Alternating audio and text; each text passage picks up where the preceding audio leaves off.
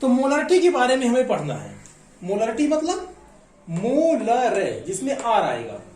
तो मोलरिटी क्या है? तो मान के चलिए हमारे पास कोई सॉल्यूशन है, ठीक है। इस सॉल्यूशन में, इस 1 लीटर सॉल्यूशन में, 1 लीटर सॉल्यूशन में कितने मोल सॉल्यूट के प्रेजेंट है, ये बताता है मोलरिटी। और मोलरिटी जो होता है वो किसी भी सॉल्यूशन का कॉन्सेंट्रेशन को एक्सप्रेस करने के लिए एक बहुत ही अच्छा वे माना जाता है। तो क्या होती है उसके बारे में पढ़ते हैं। तो मोलरिटी को हम रिप्रेजेंट करते हैं कैपिटल एम से, और ये होता क्या है? तो नंबर ऑफ मोल्स किसमें? इन सॉल्यूट में। सॉल्यूट के कितने मोल हैं किसमें? 1 लीटर सॉल्यूशन में। तो 1 लीटर सॉल्यूशन में मोल कितने प्रेजेंट है सॉल्यूट के, यही क्या है? मोलरिटी है। अब मान के चलिए आपका सॉल्यूशन है 200 ml, 300 ml या 30 ml, तो उसको हम किस में कन्वर्ट कर लेंगे? लीटर में। उसको रख देना है डिनोमिनेटर में। और सॉल्यूट के कितने मोल हैं वो लिख देना है हमें न्यूमरेटर में। अब मोल्स नहीं पता है आपको, तो मोल्स निकालने के लिए भी एक फार्मूला होता है आपका कि सॉल्यूट का जो गिवन मास है उसको लिख दो आप, और उसका मोलर मास लिख दो। सॉल्यूट का, ये सब किसकी बातें चल रही हैं? सॉल्यूट की। ये भी सॉल्यूट के बारे में है और ये भी सॉल्यूट के बारे में है। तो सॉल्यूट का कितना मास गिवन है वो लिख दीजिए, और मोलर मास कितना है उसका वो लिख दीजिए, उनको अपॉन में कर दीजिए। तो क्या निकल आएगा आपका? Number of moles. और उसको डिवाइड कर देना है लीटर से कि कितने लीटर सॉल्यूशन में उसको मिलाया गया है, तो वही हो जाता है आपकी मोलरिटी। अब जैसे मान के चलिए हमारे पास कई सारे हो सकते हैं सॉल्यूट और सॉल्वेंट, क्या क्या हो सकते हैं? तो जैसे कि हमने बेंजीन क्या हो जाएगा आपका? सॉल्यूट, और उसको CCl4 कार्बन टेट्राक्लोराइड में मिला दिया, तो ये भी एक सॉल्यूशन बन गया। इसी तरह से मान के चलिए हम डाइल्यूशन करा रहे हैं H2SO4 का, मतलब H2SO4 की कुछ बूंदे, कुछ मोल्स हम किस में मिला रहे हैं? पानी में। और डाइल्यूट करा रहे हैं, इस प्रोसेस को क्या बोलेंगे? डाइल्यूशन। तो ये भी क्या कहलाएगा आपका? सॉल्यूट को सॉल्वेंट को मिलाना और सॉल्यूशन बनाना। और इसकी भी हम कॉन्सेंट्रेशन निकाल सकते हैं, मोलरिटी फाइंड कर सकते हैं। इसी तरह से जैसे कि हम यूरिया को वाटर में मिला दें, तो यूरिया का कितना मोल है किसमें? वाटर में। ये भी कहलाएगी आपकी मोलरिटी। इसी तरह से मान के चलिए हमारे पास पोटेशियम आयोडाइड का सॉल्यूशन है, ठीक है। तो पोटेशियम आयोडाइड के कितने मोल वाटर में प्रेजेंट हैं, 1 लीटर वाटर में प्रेजेंट हैं, ये कहलाएगी आपकी मोलरिटी। इसी तरह से मान के चलिए हमारे पास H2S है और इसको हमने वाटर में मिला दिया है, तो एक सॉल्यूशन बन जाएगा। और H2S के कितने मोल प्रेजेंट है वाटर में, 1 लीटर वाटर में, ये कहलाएगी उसकी मोलरिटी। तो जैसे मान के चलिए हमारा कहीं लिखा हुआ है 2MH2S, तो इसका मीनिंग क्या हुआ? इसकी मीनिंग ये हुआ कि 1 लीटर वाटर में सॉल्यूशन की बात चल रही है, तो सॉल्यूशन क्या बनेगा? इन दोनों का मिला करके। तो 1 लीटर सॉल्यूशन में क्या होगा आपका? वाटर भी होगा और H2S भी होगा। तो 1 लीटर सॉल्यूशन में H2S के 2 मोल है, 2 मोल H2S प्रेजेंट है, ये बताती है मोलरिटी।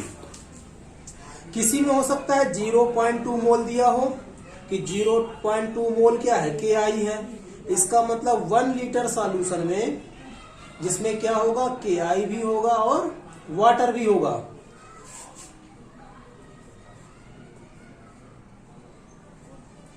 उसमें KI कितना है? तो 2 मोल है। तो KI के 2 मोल्स लिए गए हैं 1 लीटर के सॉल्यूशन में। इसका मतलब हुआ ये क्या है? 0.2 m है। कहीं कहीं पर m/10 भी लिखा रहता है, मान के चलिए m/10 क्या है, यूरिया है। यूरिया का फार्मूला आपको पता ही है, NH2CO NH2।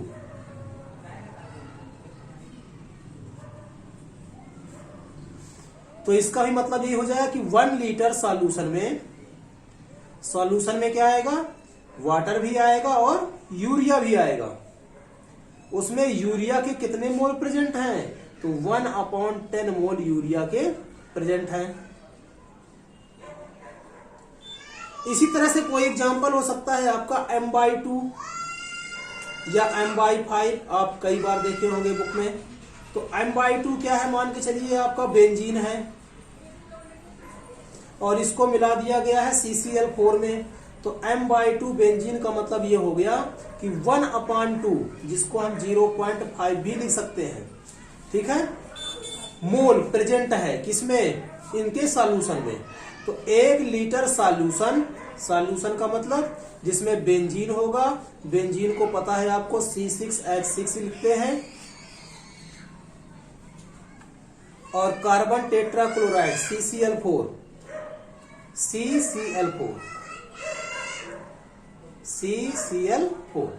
तो बेंजीन और कार्बन टेट्राक्लोराइड का एक सॉल्यूशन था, उसका सॉल्यूशन कितना ले लिया, 1 लीटर। और उसमें जब हमने बेंजीन के मोल देखे तो वो कितने आए, 1/2 मोल बेंजीन आ गया।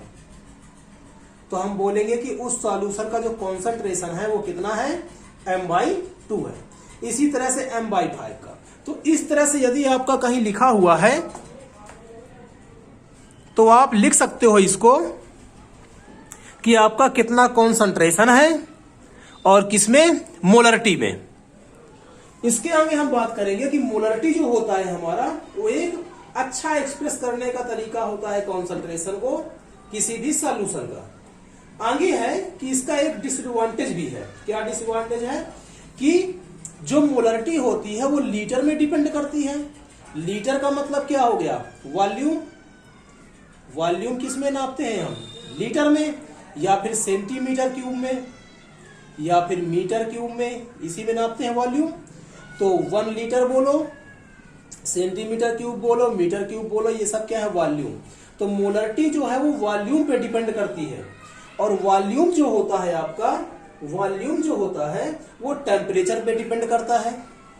वॉल्यूम जो है वो डिपेंड करता है किस पे, टेम्परेचर पे। आपने फार्मूला पढ़ रखा होगा, PV = nRT। तो जैसे जैसे हम टेम्परेचर बढ़ाते हैं तो इसका वॉल्यूम बढ़ेगा। मान के चलिए हमने ये मिला रखा था, अब यदि ये टेम्परेचर मान के चलिए कितने डिग्री पे था, 25 डिग्री सेल्सियस पे था, हमने इसका टेम्परेचर कितना बढ़ा दिया, मान के चलिए 35 डिग्री सेल्सियस कर दिया। तो टेम्परेचर बढ़ाने से इसके जो वॉल्यूम है वो क्या हो जाएगा, बढ़ जाएगा। मान के चलिए ये बर्तन में कितना भरा हुआ था, इतना, टेम्परेचर दे दिया हमने इसको, इसमें टेम्परेचर दे दिया तो ये क्या हो जाएगा, बढ़ जाएगा इसका वॉल्यूम। और ये वॉल्यूम कितना हो गया, इतना हो गया, इतना सा वॉल्यूम क्या हो गया, बढ़ गया। तो वॉल्यूम बढ़ने से इसकी मोलरिटी भी क्या हो जाएगी, कम हो जाएगी। भाई ये टर्म कहाँ है, डिनोमिनेटर में, ये क्या है, न्यूमरेटर में।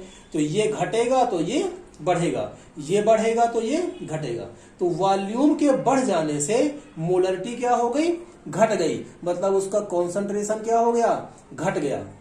तो ये इसका डिसएडवांटेज है मोलरिटी का, कि टेम्परेचर को बदलने से मोलरिटी भी क्या हो जाती है, बदल जाती है।